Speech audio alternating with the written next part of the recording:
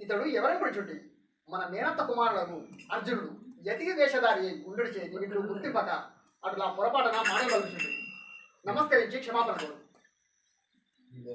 స్వామి జ్ఞానులు మీరు